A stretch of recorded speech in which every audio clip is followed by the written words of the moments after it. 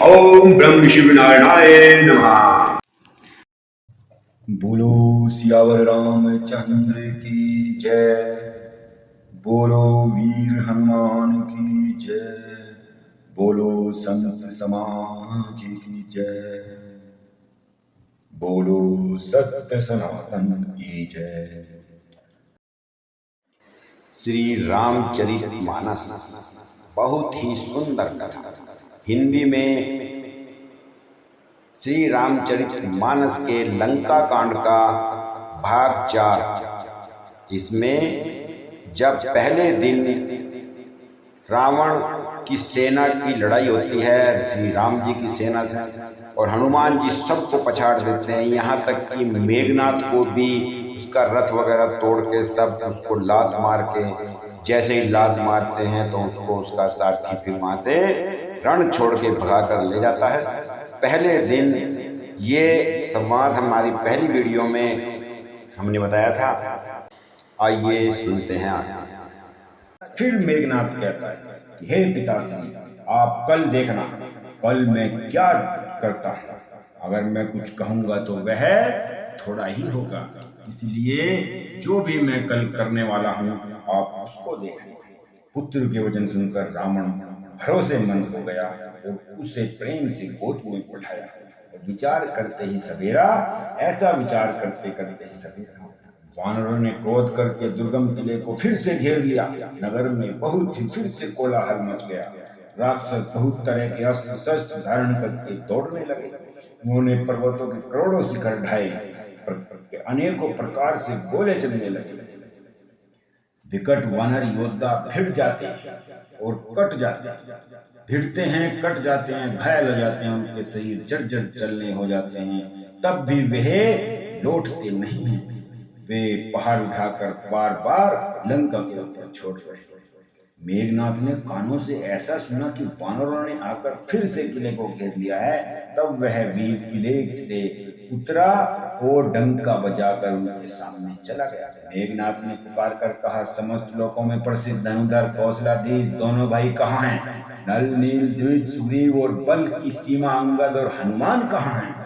भाई से द्रोह करने वाला विभीषण कहाँ है? आज मैं सबको और सभी दुष्टों को आज हठ पूर्वक अवश्य ही मारूंगा। ऐसा कहकर वह बाणों की वर्षा करने लगता है। नीच वानर जहां तहां भागने लगते हैं। फिर उसने सबको 10-10 बाण मारे। वानर वीर पृथ्वी पर गिरने लगे। सारी सेना को बेहाल व्याकुल देख पवनपुत्र हनुमान को क्रोध आ जाता है। ऐसा क्रोध करके ऐसे दौड़े मानो स्वयं काल दौड़ाता है। उन्होंने तुरंत एक बड़ा भारी पहाड़ उखाड़ लिया और बड़े क्रोध के साथ उसने मेघनाथ पर छोड़ा। पहाड़ आते देख वह आकाश में उड़ गया, लेकिन उसका रथ और सारथी वहीं पर नष्ट हो गए, चूर चूर हो गए। मेघनाथ श्री रघुनाथ जी के पास गया और उसने उनके प्रति अनेकों प्रकार के दुर्वचनों का प्रयोग किया। उसने उन पर अस्त्र शस्त्र और सब हथियार चलाए। प्रभु ने खेल खेल में काट दिया। श्री राम जी का प्रताप सामर्थ्य देख वह मूर्ख लज्जित हो जाता और बार बार चला जाता, गायब हो जाता। अपनी माया से युद्ध करने लगा। शिव जी और ब्रह्मा जी तक बड़े छोटे सभी जिनकी अत्यंत बलवान माया के वश में हैं, ऐसे प्रभु श्री रामचंद्र जी से कौन जीत सकता है? आकाश में ऊंचे चढ़कर वह कभी अंगारों की वर्षा करता, कभी पृथ्वी से जल की धाराएं निकाल देता, कभी हड्डियों का पिशाचरों का वापिस ऊपर से बरसात करता, और कभी काटो काटो की आवाज आने लगती चारों तरफ से। वह कभी तो खून बाल और हड्डियां बरसाने लगता, अंधेरा कर दिया, ऐसा तूफान चलाया कुछ भी नजर नहीं आने लगा। वह बहुत तरह की माया दिखाने लगा। ऐसी माया देखकर वानर भुला गए और इधर उधर भय के मारे इधर उधर भागने लगे। श्री राम जी से आज्ञा पाकर मांग कर अंगद आदि वानरों के साथ हाथों में धनुष बाण लिए हुए श्री लक्ष्मण जी क्रोधित होकर चले। उनके लाल नेत्र, चौड़ी छाती और विशाल भुजाएं ऐसे प्रतीत हो रही हैं, ऐसी ललाई नजर आ रही है। उनको चेहरे पर ऐसे उज्ज्वल हैं,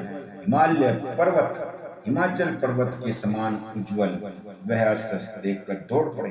पर्वत नख और वृक्ष रूपी हथियार धारण किए हुए वानर श्री रामचंद्र जी की जय जय पुकार कर दौड़ने लगते हैं।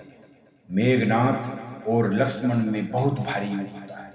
लक्ष्मण जी सारी शक्तियां काटते रहते हैं और जब उसका रथ वगैरह सब कुछ तोड़ देते हैं, तब मेघनाथ समझता है कि अब तो ये मेरे प्राण ही लेकर रहेगा। दोनों में बहुत भारी युद्ध करते हुए जब उसको अपने प्राण पर पड़ आती है, तभी एक दूसरे को कोई किसी को जीत नहीं सकता, ऐसा सब दोनों को प्रतीत होने लगता है। तब भगवान अनंत जी क्रोधित हुए और उन्होंने तुरंत उसके रथ को फिर से तोड़ डाला और सारथी के टुकड़े टुकड़े कर दिए। शेष जी उस पर अनेक प्रकार से प्रहार करने लगे और अनुमान लगा लिया कि अब मैं बचने वाला नहीं। जब मेघनाथ को ऐसा लगा कि ये मेरे प्राण हर ही लेगा आज, तो तब उसने वीर घातनी शक्ति चलाई। वह तेज पूर्ण शक्ति लक्ष्मण जी की छाती में लग जाती है। शक्ति के लगने से उन्हें मूर्छा आ जाती है। तब मेघनाथ भय छोड़कर उसके पास जाता है। जब लक्ष्मण जी के पास जाता है, तब मेघनाथ के समान करोड़ों योद्धा उसे उन्हें उठाने लगते हैं, परंतु जगत के आधार शेष जी यानी लक्ष्मण जी उनसे उठते नहीं हैं, हिलते भी नहीं हैं। तब वे ले जाकर वापिस चले जाते हैं। सुनु गिरी क्रोधानल जासु, चारई भुवन चारिदास आसु, सक संग्राम जीति को ताही, से वही सुर नर हक जग चाही। शिव जी कहते हैं कि हे गिरि सुनो, जिन शेषनाग के क्रोध की अग्नि 14 भुवनों को तुरंत ही जला डालती है और देवता मनुष्य समस्त चराचर जीव जिनकी सेवा करते हैं, उनको संग्राम में कौन जीत सकता है। इस लीला को वही जान सकते हैं जिस पर श्री रामचंद्र की कृपा हो। और सेनाएं संध्या होने पर वापिस लौटने लगती हैं। सेनापति अपनी अपनी सेनाएं संभालने लगते हैं और अपने अपने दुर्ग में आने लगते हैं, अपने अपने शिविरों में आने लगते हैं। व्यापक ब्रह्मा अजय संपूर्ण ब्रह्मांड के ईश्वर और करुणा की खान श्री रामचंद्र जी ने पूछा कि लक्ष्मण कहाँ है। तब तक हनुमान उन्हें ले आए। छोटे भाई को इस तरह से दशा में देखकर प्रभु ने बहुत ही दुख पाया और फिर जामवंत जी कहते हैं कि लंका में सुसेन वैद है, उन्हें आप ले आइए। ये भाग यहीं पर समाप्त करते हैं। लंका कांड का तीसरा भाग समाप्त और अगले भाग में लेकर आएंगे हम हनुमान जी चले संजीवनी बूटी ले। बोलो सियावर रामचंद्र की जय। और यहाँ पर मैं एक चीज और बता दूं कि कथावाचक बहुत ही आसानी से आराम से पढ़ते हैं नॉर्मल लैंग्वेज में, लेकिन मुझे कथा पढ़ने में जोश के साथ कथा पढ़ने में बहुत आनंद आता है और इसीलिए मैं इस तरह से पढ़ता हूँ। अगर आपको ये अच्छी लगी हो तो आप कमेंट बॉक्स में जरूर डालना, क्योंकि जोश हम जो कार्य कर रहे हैं उसके अंदर जोश भी होना चाहिए, उसके अंदर रोष भी होना चाहिए। जिस तरह का संवाद आए उसी तरह से आपको पेश आना चाहिए, उसी तरह का आपको वाचन करना चाहिए। मैं जोश के साथ जोश में आता हूँ और जहाँ नॉर्मल लैंग्वेज आती है, भाषा आती है, मैं वहाँ पे नॉर्मल पढ़ता हूँ। बोलो सियावर रामचंद्र की जय। हर हर महादेव। वीर हनुमान की जय।